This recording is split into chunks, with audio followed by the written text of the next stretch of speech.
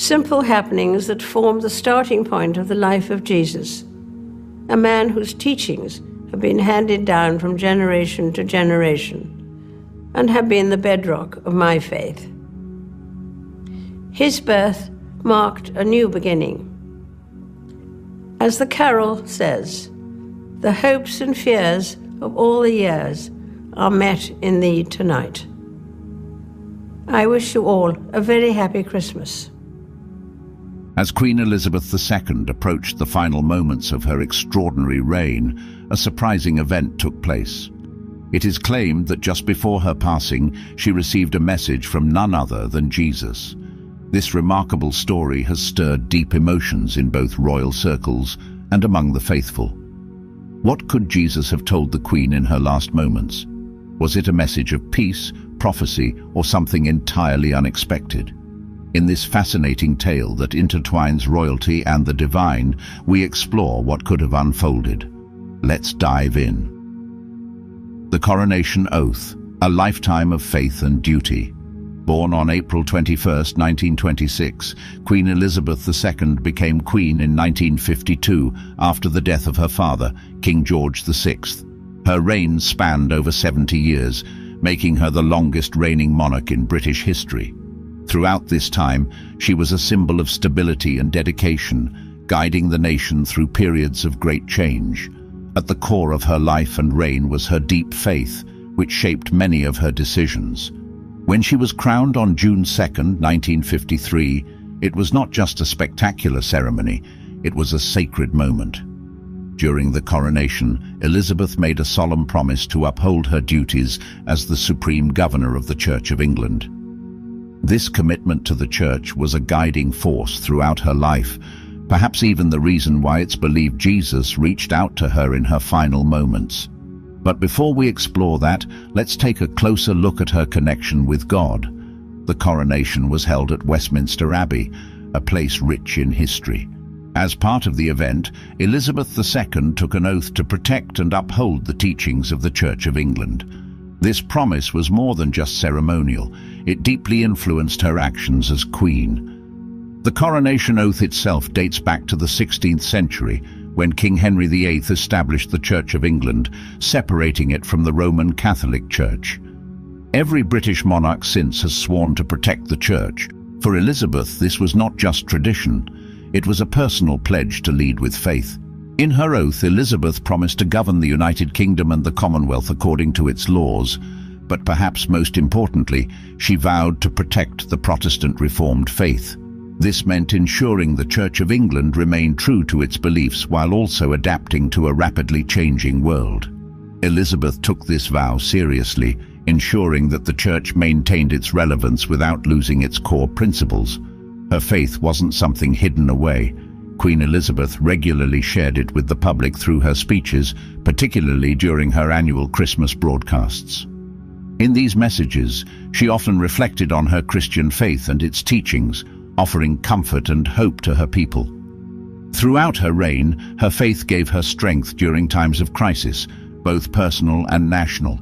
It was her anchor, and she shared that strength with the nation. Her commitment to the Church of England, her regular attendance at services, and her support of Christian charities all demonstrated how seriously she took her faith. Her leadership in this area set an example for others, leaving behind a legacy of religious devotion and moral guidance. Her private faith, worship in everyday life. While Queen Elizabeth's public faith was evident, her private spiritual practices also played a major role in her life. She wasn't just a queen in public, she was a devout Christian in her personal time too. From a young age, she was raised with a strong sense of religious duty. She attended church with her family as a child and continued this practice throughout her life. Her regular church attendance wasn't just a royal obligation, but a sincere expression of her faith. Even with a demanding schedule, Queen Elizabeth prioritized attending church. She often worshipped at St. George's Chapel in Windsor Castle, a place that held deep personal meaning for her. It was there that she marked family milestones and celebrated significant moments in her reign. When staying at Balmoral Castle in Scotland, she attended services at Crathy Kirk, a small parish church near the estate. The simplicity of the church provided a peaceful contrast to the grand events of royal life, offering her a more intimate space for worship. In addition to public services, Queen Elizabeth had personal worship routines. She began and ended her day with prayer, seeking strength and guidance from her faith. Her well-worn Bible reflected how often she turned to Scripture for comfort and inspiration. Even during her travels, her personal chaplain was always with her, offering spiritual support and conducting private services when she couldn't attend public worship. Faith remained central to her life, even during major national events. She attended services to commemorate national anniversaries and celebrate significant moments in her reign, reinforcing the role of faith in both her personal and public life. Queen Elizabeth II's deep connection to her faith, both publicly and privately, influenced how she lived, ruled, and led her people. It's no wonder that in her final moments as she prepared to meet her Maker, it is said that she received one last, divine message. What it was, only the Queen herself may know. This version maintains the original story's meaning while being conversational and engaging, suitable for your YouTube audience. Queen Elizabeth II's faith was a constant source of strength during both personal and national tragedies. In moments of grief, like the loss of family members or close friends, the Queen found comfort in her faith. Her presence at memorial services and her ability to offer words of reassurance showed how much she relied on her spiritual beliefs, not just to help herself, but to provide solace to the entire nation. A powerful example of this came during the Aberfan disaster in 1966, when a coal tip collapsed on a school in Wales, tragically killing 144 people, most of them children. Though initially criticized for delaying her visit to the site, once she arrived, her actions were full of compassion and faith. She attended a memorial service and continued to support the grieving community, showing her deep commitment to comforting those in need. Queen Elizabeth's dedication to her faith was also evident in her regular church attendance and personal worship. Her spiritual life was a cornerstone of her reign, guiding her through both public duties and personal struggles. Through her example, she demonstrated how faith can play a powerful role in both personal and public life, leaving behind a legacy of religious devotion and moral leadership. The Queen Mother's influence on Elizabeth's faith. The Queen's faith didn't just appear overnight.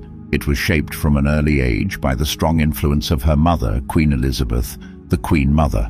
Known for her unshakable character and deep religious belief, the Queen Mother played a crucial role in shaping Elizabeth's spiritual life. Born in 1900 as Elizabeth Bowes-Lyon, the Queen Mother was raised in a devout Anglican household.